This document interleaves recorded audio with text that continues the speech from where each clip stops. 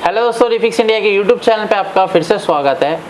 तो दोस्तों आज की वीडियो में देखेंगे नो पिक्चर कंडीशन में पैनल को किस तरीके से रिपेयर किया जाता है। हमारे पास जो सेट है वो VU कंपनी का है और दोस्तों इसके अंदर जो पैनल लग के आया है वो AUO कंपनी का पैनल है। तो यहाँ पे क्या है मैं आपको दिखा देता हूँ। सबसे पहले ये पैनल का जो है टीकॉन बोर्ड है और यहाँ पे अगर आप देखेंगे तो पैनल की ये PCB है। और अगर आप पैनल का नंबर देखना चाहते हैं तो यहाँ पे आप ये देख सकते हैं, पैनल का नंबर यहाँ पे जो है आपको दिखाई देगा। तो अभी जो है इस पैनल के अंदर जो प्रॉब्लम है वो मैं आपको दिखा देता हूँ। सेट को ऑन करके अगर हम देखेंगे तो ये जो सेट है ये अभी हमारा ऑन होएगा।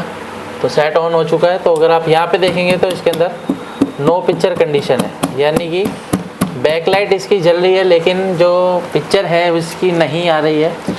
तो इसको हम स्टेप बाय स्टेप किस तरीके से चेक करेंगे, क्योंकि जो ये पैनल आते हैं ज़्यादातर इनके अंदर दिक्कत आती है, गेट लाइन शॉर्ट हो जाती है या फिर दिक्कत आती है, कई बार टीकॉन में भी शॉर्टिंग निकलती है। तो चलिए स्टार्ट करते हैं। सबसे पहले हम इसको चेक कैसे करेंगे, हम इसकी सभी बेसिक रिक्वायरमेंट वोल्टेज चेक करेंगे।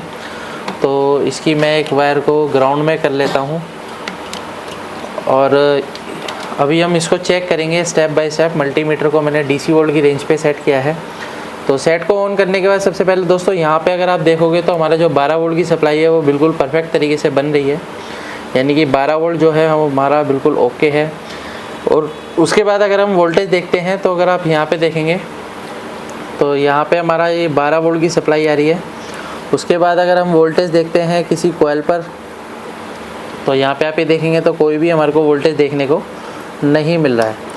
यहाँ पे आप ये देखेंगे तो हमारा जो प्राइमरी वोल्टेज है जो कि 3.3 वोल्ट की सप्लाई होती है वो बिल्कुल ओके कंडीशन में बन रही है, यानी कि 3.3 वोल्ट की जो सप्लाई है वो बिल्कुल परफेक्ट है।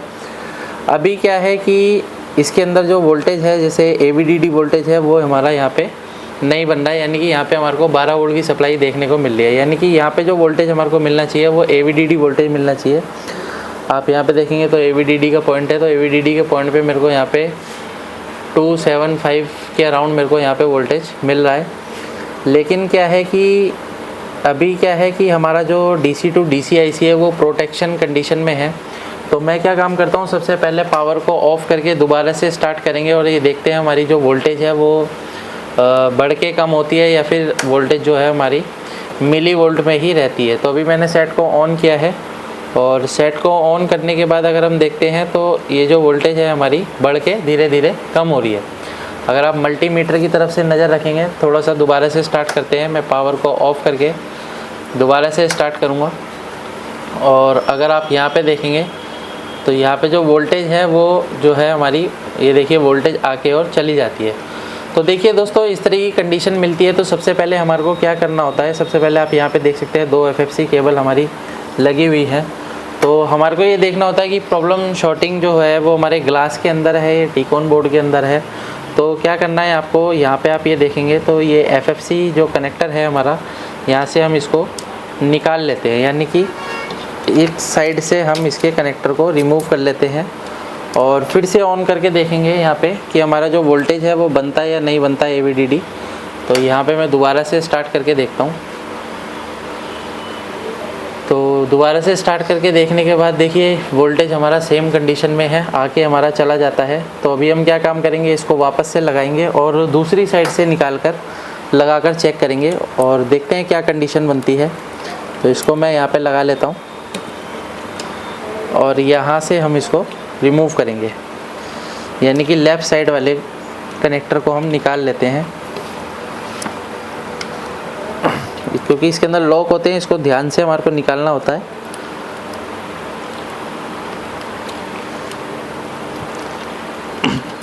तो यहाँ पे आप ये देखेंगे ये हमने निकाल लिया है। तो एक साइड से मैं इसको लगा लेता हूँ ताकि टेस्टिंग करने में हमारे को प्रॉपर तरीके से पता लगे।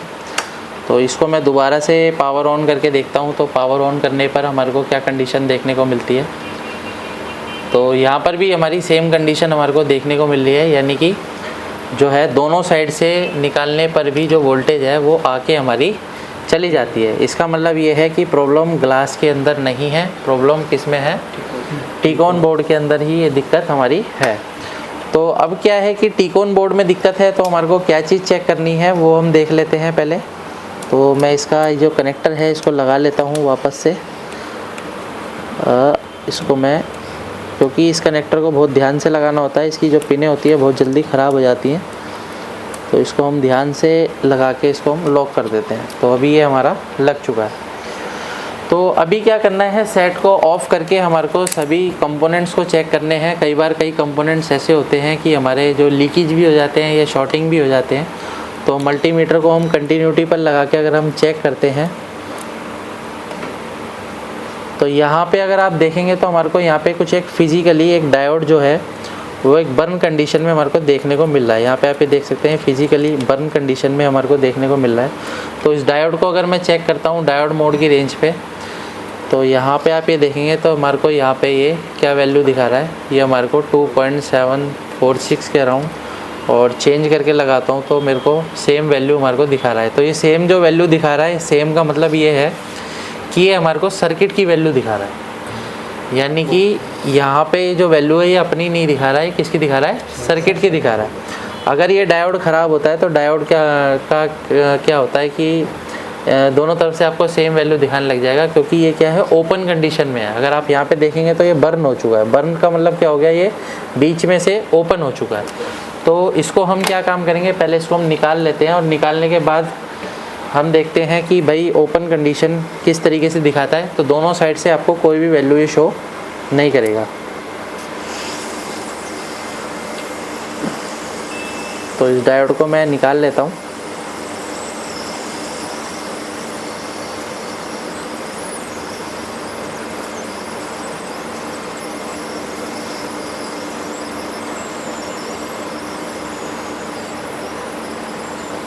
तो यहाँ पे आप ये देखेंगे ये डायोड मैंने रिमूव कर दिया है, और ये डायोड रिमूव करने के बाद अगर हम इसकी चेक करेंगे वैल्यू, तो हमारे को दोनों साइड से, एक साइड से वैल्यू एक साइड से 1 दिखाना चाहिए, लेकिन यहाँ पे देखते हैं हमारे को क्या दिखाता है ये। इसको हम थोड़ा सीधा कर लेते हैं। तो यहाँ पे आप ये देखेंगे हमारे को वैल्यू क्या दिखा रहा है, 1.2 के अराउंड, यहाँ पे 1.12 इस तरीके से दिखा रहा है, और दूसरी साइड से हमारे को कुछ भी वैल्यू शो नहीं कर रहा है। यानी कि इसकी जो वैल्यू है वो कम हो चुकी है। यहाँ पे अगर आप देखेंगे तो इसकी वैल्यू क्या हो चुकी है, कम हो चुकी है। ये देखिए यहाँ पे हमारे को वैल्यू अबव दिखाना चाहिए, यानी कि 400 450 से ऊपर वैल्यू हमारे को ये दिखाना चाहिए। तो इसकी वैल्यू क्या हो गई है, ये कम हो गई है। तो अगर इस तरह की कंडीशन मिलती है तो सबसे पहले हमारे को ये डायोड को चेंज करना पड़ेगा। तो डायोड को चेंज करने के लिए सबसे पहले हम क्या काम करेंगे, यहाँ पर पेस्ट लगा लेते हैं, और पेस्ट लगाने के बाद हमारे को पास इस तरीके के डायोड जो होते हैं या फिर इस तरीके के स्क्रैप टी-कोन जो होते हैं वो हमारे पास होने चाहिए। तो यहाँ पे मेरे पास एक स्क्रैप टी-कोन है जिसमें से मैं ये डायोड को निकाल के लगाता हूँ, और उसके बाद हम देखते हैं कि क्या कंडीशन रहने वाली है।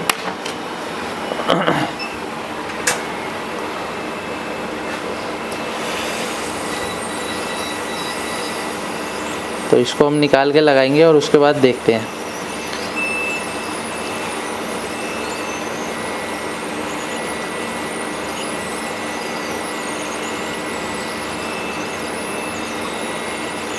तो ये मैंने निकाल लिया है, और निकालने के बाद जब हम इसको यहाँ पे प्लेस करते हैं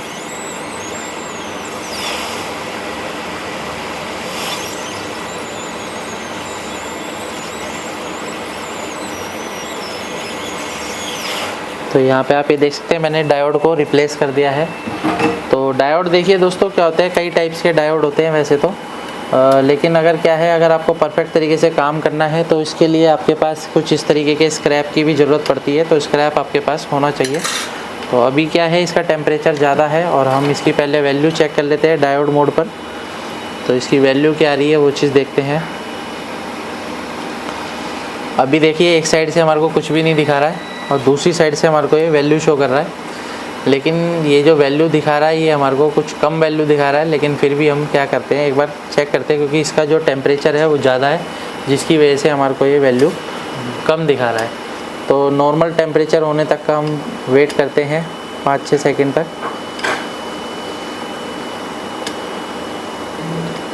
और काम करते हैं हम पावर लगा के देखते हैं। पावर लगा के देखने के बाद हमारी जो वोल्टेज है वो, हमारी AVDD वोल्टेज जो है वो बनती है या नहीं बनती है। तो यहाँ पे आप ये देख सकते हैं AVDD वोल्टेज बिल्कुल हमारा परफेक्ट तरीके से बन रहा है। तो AVDD वोल्टेज हमारी ओके बन चुकी है। उसके बाद अगर हम यहाँ पे देखते हैं तो यहाँ पे आप ये देखेंगे तो हमारा AVDD वोल्टेज तो बन गया है, लेकिन हमारा VGH वोल्टेज अभी नहीं बना है। यानी कि AVDD वोल्टेज बिल्कुल परफेक्ट तरीके से बन रहा है। यहाँ पे आप ये देखेंगे डायोड की वजह से हमारा AVDD वोल्टेज नहीं बन रहा था और AVDD अभी हमारा तैयार है। तो अभी क्या है, हम पहले पिक्चर देखते हैं, पिक्चर की क्या कंडीशन है, उसके बाद हम एक VGH के लिए भी देखेंगे क्या कर सकते हैं। तो अभी हमारा जो प्रॉब्लम है यहाँ पे आप ये देख सकते हैं, ये स्लो मोशन में है और यहाँ पे आप ये देखेंगे स्लो मोशन ही चल रहा है। अगर मैं इसको ऑफ़ करके ऑन करता हूँ तो मैं आपको दिखाता हूँ, ये देखेंगे, ये देखिए इस तरह की कंडीशन हमारे को मिल रही है। ठीक है, तो अभी इस तरह की कंडीशन मिल रही है। इसका मतलब क्या है कि हमारा जो VGH वोल्टेज है जब तक वो नहीं बनेगा तब तक हमारी पिक्चर नहीं बनेगी। तो और भी आसपास के कंपोनेंट चेक करते हैं, क्योंकि होता है कई बार किसी चीज़ के शॉर्ट होने के बाद, यानी कोई भी एक डायोड या कोई भी IC शॉर्ट होने के बाद और आसपास के कंपोनेंट भी हमारे ख़राब हो सकते हैं या ओपन हो सकते हैं। तो उनको भी अगर हम चेक करते हैं कंटिन्यूटी पॉइंट पर,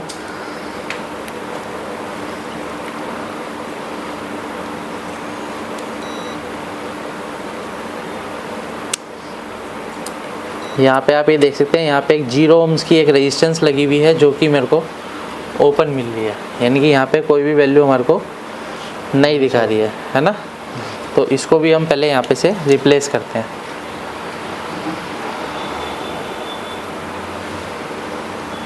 तो 0 ohm की रेजिस्टेंस भी हम इसी टी-कोन में से निकाल लेंगे। तो यहाँ पे क्या है, ये 0 ohm की रेजिस्टेंस है, ये भी आप किसी भी PCB में से निकाल के लगा सकते हो, इसमें कोई दिक्कत नहीं है।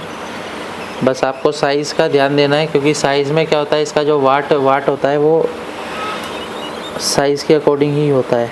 यानी कई बार क्या होता है, आपका कम वाट होता है, आप क्या करते हैं ज़्यादा लगा देते हैं, ज़्यादा होता है तो कम लगा देते हैं। तो ये मैंने यहाँ पे लगा दिया है और इसको लगाने के बाद अभी हम रेजिस्टेंस की वैल्यू दोबारा से चेक कर लेते हैं क्या कंडीशन हमारे को दिखा रहा है। तो ये भी हमारे को बिल्कुल परफेक्ट दिखा रहा है, ओके।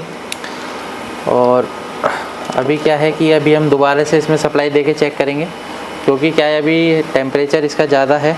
तो अभी हम इसके अंदर सप्लाई एकदम से नहीं लगाएंगे, क्योंकि कई बार क्या होता है जब भी हम सप्लाई लगाते हैं तो और भी पार्ट हमारे ख़राब होने के चांस रहते हैं।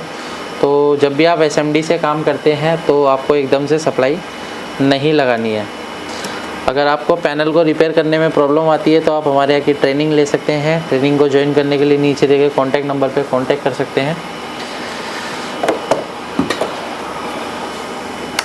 और कुछ ऐसे टेक्नीशियन भी हैं जो इंडिया या फिर दिल्ली नहीं आ पाते हैं, तो आप ऑनलाइन ट्रेनिंग भी आप हमारे से ले सकते हैं। काफ़ी सारे टेक्नीशियन की रिक्वेस्ट के अकॉर्डिंग हमने इस ट्रेनिंग को स्टार्ट करा है। तो यहाँ पे अगर हम देखते हैं तो हमारी जो पिक्चर है वो बन गई है, यानी कि हमारा पैनल बिल्कुल परफेक्ट तरीके से चल पड़ा है। और अगर हम इसकी वोल्टेज चेक करते हैं तो वोल्टेज भी मैं आपको दिखा देता हूँ।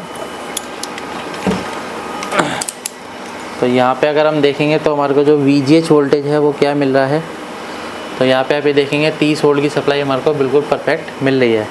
यानी कि इसकी क्या है AVDD वोल्टेज और VGH वोल्टेज जो थी इसकी मिसिंग थी, जिसकी वजह से इस तरीके की दिक्कत हमारे को देखने को मिल रही थी। तो इस तरीके से आप भी किसी भी पैनल को आसानी से रिपेयर कर सकते हैं। अगर आपको पैनल रिपेयर करने में प्रॉब्लम आती है तो नीचे दिए कॉन्टैक्ट नंबर पर कॉन्टैक्ट कर सकते हैं। वीडियो आपको पसंद आए तो वीडियो को लाइक करें, शेयर करें, कमेंट करें। Thank you friends.